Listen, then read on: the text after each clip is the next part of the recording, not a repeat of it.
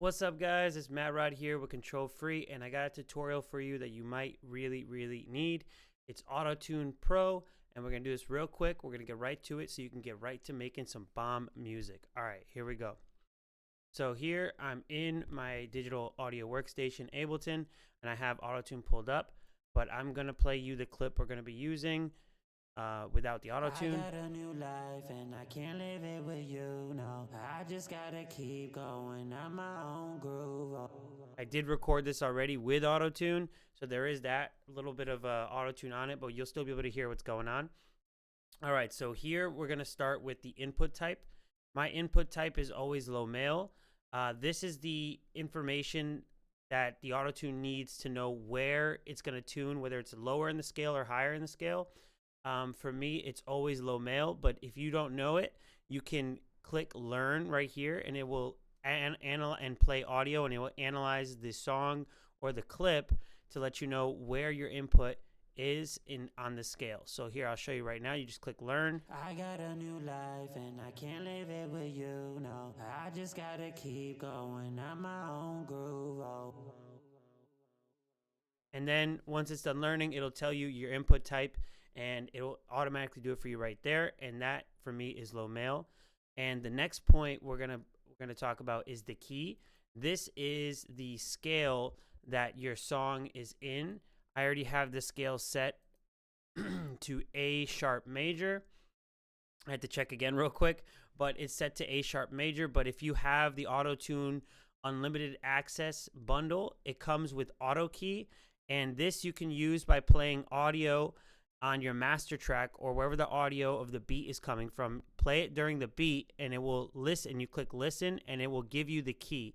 But the problem with auto key is sometimes it is wrong. So I highly recommend second checking the scale and the key of your song by using a third-party source. Like my favorite is TuneBat. Just go ahead and Google TuneBat and drag and drop the beat in there, and it will give you the correct scale 9 times out of 10. The reason why you need the correct scale is because you're trying to harmonize your vocals with the beat. If the vocals are off tune to the beat, it's gonna sound weird. And that's where this scale here is set to chromatic automatically. It's always gonna do that, and that just basically holds the note that you're singing. You can use that in certain situations. I rarely ever use it, if almost never. I usually just go with the major or minor because that's what most scales are in. So we said it was A sharp major, correct? Yep. Okay, so it's A sharp major. That is the scale, where it's going to be a major, and the key is going to be an A. And now that we have it in the scale that is the beat is set to, we're going to be able to have the sound get a little bit more harmonized, but it doesn't fully give you that auto-tune effect till you go to the next part, which is the retune speed, and that's this right here. And what this does is it adjusts the rate of the auto-tune when you're singing. So if you want that Young Thug, T-Pain sound, you're going to want to turn the retune speed to 0, the fastest it can possibly go. What that's going to do is anytime you're out of key, it's going to jump very fast, 0 seconds, as fast as possible to the note that is in the key. And that's what gives you the auto-tune sound. And I will play it to show you what it sounds like right now. I got a new life and I can't live it with you, no. I just gotta keep going on my own groove. So that's what it sounds like with the retune speed fully up. If that's not the sound you're going for, just take this from 0, all the way from 0, and keep bringing it down till I got a new life and it's at the point where you don't really hear that jumping, and you still get the auto-tune effect, and you still get clean vocals from it. All right, the next thing we're going to work with is the flex tune.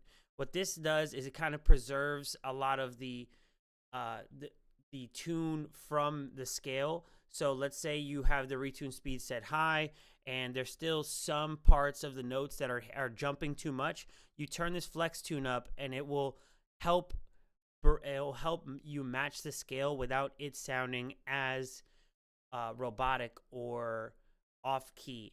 And so what you're going to do is you can just mess with the flex tune a little bit, maybe turn it up a little bit, or play your audio like I'm about to do right now, and then mess with it. I got a new life and I can't live it with you, no. I just gotta keep going, I'm my own groove, oh. So that's going to help you flex the sound into a more smoother vocal and something that matches the key, the scale and the key better, so that the ultimate goal is that you get harmony within your vocals and the beat, because you're making your vocals to match the beat. A lot of people forget that aspect. You're trying to match your vocals to the beat. I know I have it on solo right now just for this purpose, but I would highly recommend using the beat listening to the beat at the same time as tuning this. All right, so we're going to reset that.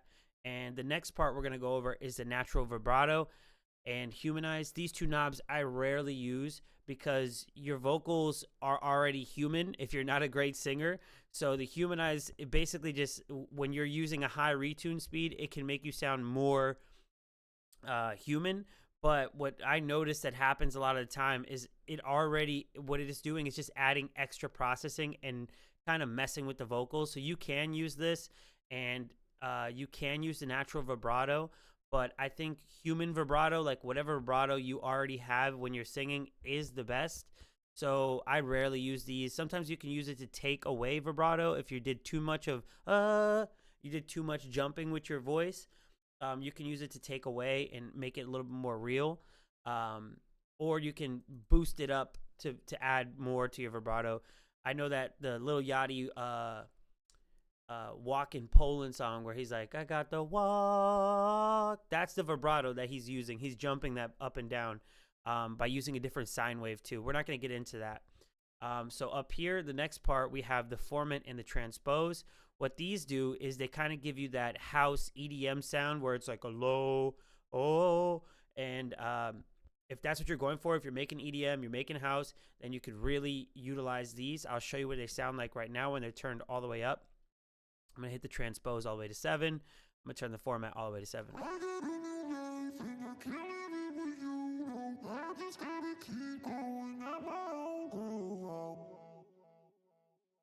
I got a new life and I can't live it with you, no. I just gotta keep.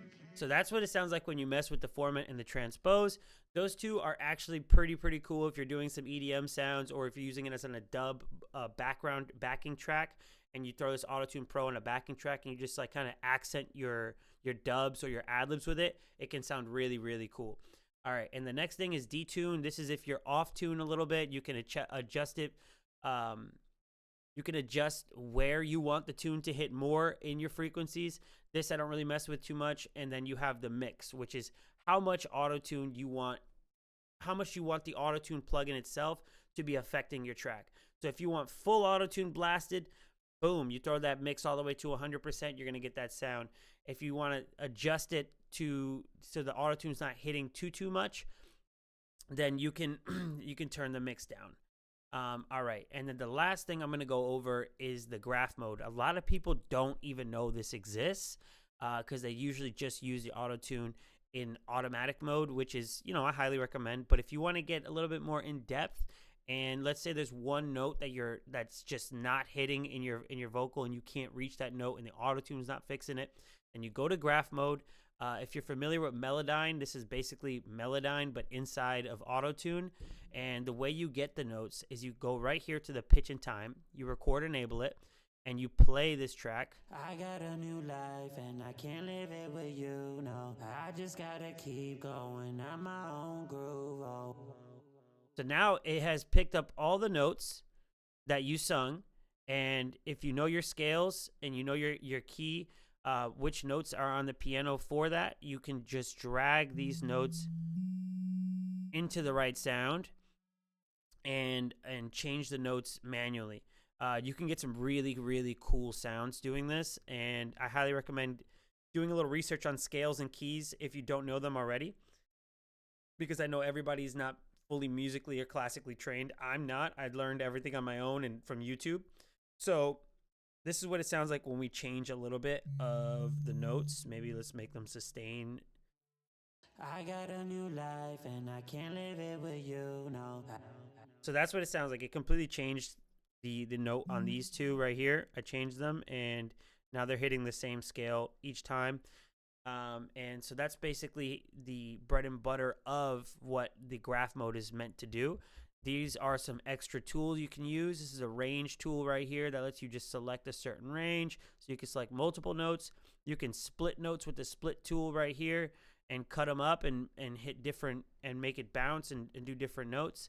You can also draw lines and new notes in with the draw tool here. And the rest is pretty self-explanatory. It's the zoom, the hand tool to drag it over. You got some other things to change the retune speed here to change how fast it tunes, and more vibrato and format control, just like in the previous auto mode section. And the last thing I'll go over is I would like you guys to check out is the presets they have set up here. Some of these can be really cool and really good, and I would highly recommend checking them out and noting what the settings are on all of them. And if you like them, there's a little like button right there to help you remind which one works the best with your sound and the ones that you may like to use often, so you don't have to go in and change it every time and do all that extra stuff. You also can save your own presets right here. And let's say you love the sound of one song, you save that preset, and now you know exactly which settings that were set during that song, and you don't have to go and mess with anything. You can just do it again. It's really good to keep a consistent sound by doing that. All right, that's going to end the tutorial for today. I hope you guys enjoyed it. If you have any questions, leave a comment below. Don't forget to subscribe, like this video. It helps a lot. It helps the channel grow a lot. I'm trying to grow the channel and give as much information as I possibly can to new starting engineers, artists, and producers.